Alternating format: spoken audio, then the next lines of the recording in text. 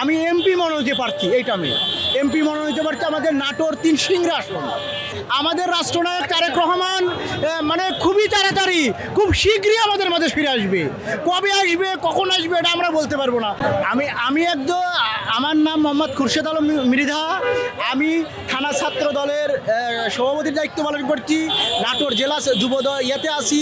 আমি এমপি মনোনীত প্রার্থী, এইটা আমি এমপি মনোনীত প্রার্থী আমাদের নাটোর ৩ সিংড়া আসন। এটা আইসিডি জুনাইদ আহমেদ পলক ছিল, বলা ঠিক না। আমাদের যে আলাজ কাজী গোলাম মুর্শেদ ভাই ছিল, মুর্শেদ ভাই। আমাদের এখন আমির নাম হলো খুরশেদ, ভাইয়ের নাম মুর্শেদ।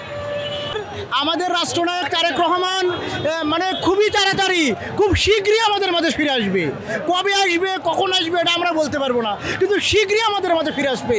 আমাদের গণতন্ত্র পুনরুদ্ধারে, গণতন্ত্র প্রতিষ্ঠানের আমরা রাজনীতি করতেছি। গণতন্ত্র পুনরুদ্ধার, গণতন্ত্র প্রতিষ্ঠার আগামী দিনের রাজনীতিতে 16 বছর আওয়ামী লীগ ক্ষমতা থাকার পরে যতগুলো নির্বাচন হয়েছে, জাতীয় নির্বাচন বা সম্পূর্ণ নাটকীয় নির্বাচন, স্থানীয় নির্বাচন, সম্পূর্ণ নাটকীয়।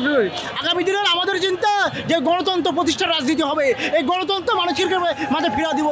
জনগণ ভোট দিবে, জনগণ সর্বোচ্চ ক্ষমতার দিকে, জনগণ সিদ্ধান্ত নেবে কাকে ভোট দিবে। আমাদের আজ আগামী দিনে আওয়ামী লীগ ক্ষমতা থেকে গণতন্ত্র হত্যা করেছে, আমরা গণতন্ত্র প্রতিষ্ঠার রাজনীতি বিএনপি করে। আমাদের নেতা অ্যাডভোকেট এম রুহুল কুদ্দুস তালুকদার দুলু ভাই আমাদের নাটোর সদর, আমাদের নাটোর থেকে আমরা ছাত্র দলের মিছিল নিয়ে, ছাত্রদল নিয়ে মধু ক্যান্টিনে থাকার পরে এখানে আজিজের মার্কেটের ওখানে আমাদের অবস্থান ছিল, ওখান থেকে আমাদের ওখানে অবস্থান ছিল।